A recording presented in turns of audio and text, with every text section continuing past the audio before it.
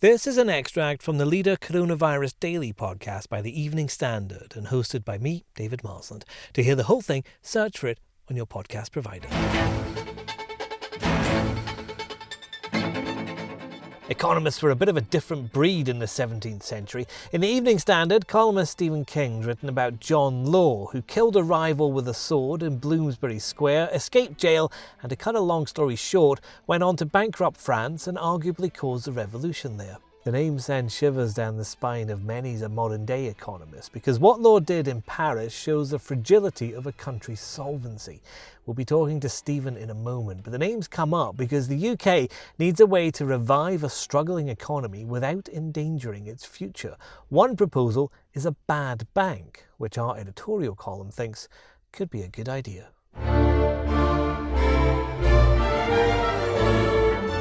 A bad bank is not a failing financial institution. It's the term given to an organisation that is set up by a government to help other failing firms return to health. At the moment, the government is extending loans to thousands of small and medium-sized companies that would otherwise go bust. However, behind the scenes, the Treasury has also been negotiating much larger bailouts for big companies like airlines and steelmakers. In return for assistance, the government is considering taking equity stakes as well as making loans, so that the taxpayers share in the upside if the company recovers. The civil servants apparently want to repeat the idea they came up with for RBS and Lloyds of giving them to an arm's-length government agency to run, so they are free from political interference.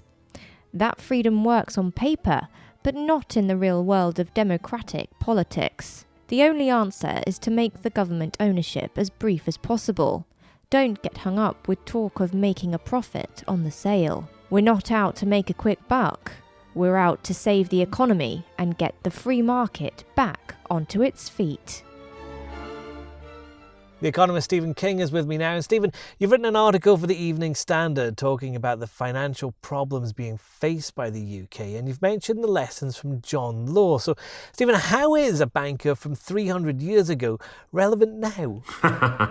Well, the reason why I refer to John Law was a financial advisor, effectively, to the French government 300 years or so ago, and he came up with a sort of crazy idea that if there were huge investments in Mississippi, which was part of the French colonial story at the time, then those investments could pay off significantly. It would add to the tax base and the French economy could grow its way out of its problems. And it turned out that Law himself was a pretty untrustworthy character, had been involved in the duel in Bloomsbury Square, had been tried for murder, had absconded to Europe, and then became advisor to the French government at the time.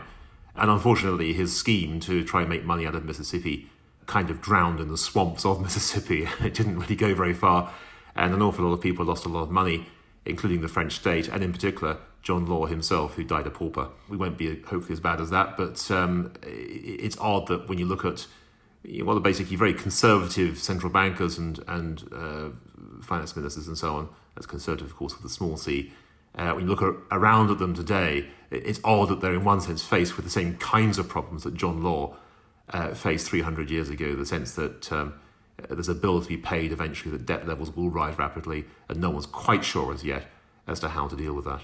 How big is the risk of a lot of bankruptcies in the UK caused by this pandemic? Well, the hope is that huge amounts of government borrowing will actually reduce the number of bankruptcies. There's going to be a massive hit to GDP in the second quarter of this year. I think everyone now acknowledges that. But what the government is trying to do, quite reasonably, I think, is to, in effect, put companies into hibernation. And the hope is that if they can be in hibernation rather than going bankrupt, then they can thaw out at some point later this year, next year, go back to business as usual.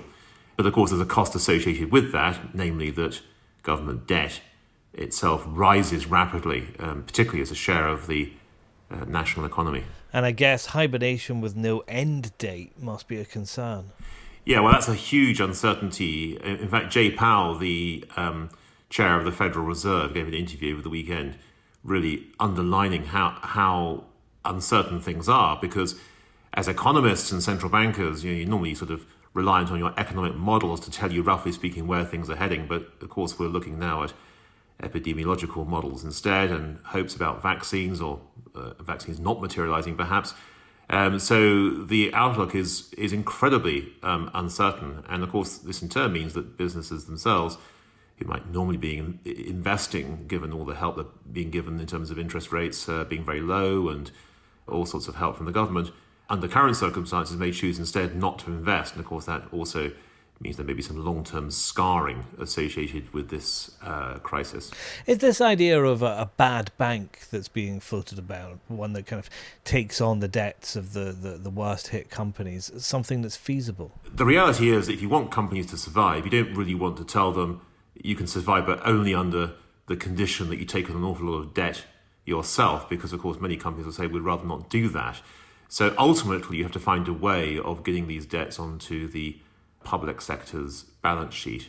The principle really is very straightforward, that the government is effectively borrowing from our future selves to safeguard economic conditions for our future selves. So the more companies that survive, the better things that will be. So whether you call it a bad bank or whether you simply call it a sort of government bailout, the underlying story will be that government debt will rise much more rapidly than you'd normally expect. And of course, the sort of previous occasions where this has happened is mostly during wartime. And you can read more from Stephen in the Evening Standard or online at standard.co.uk. Search for the Leader Coronavirus Daily on any podcast provider to hear more from the podcast.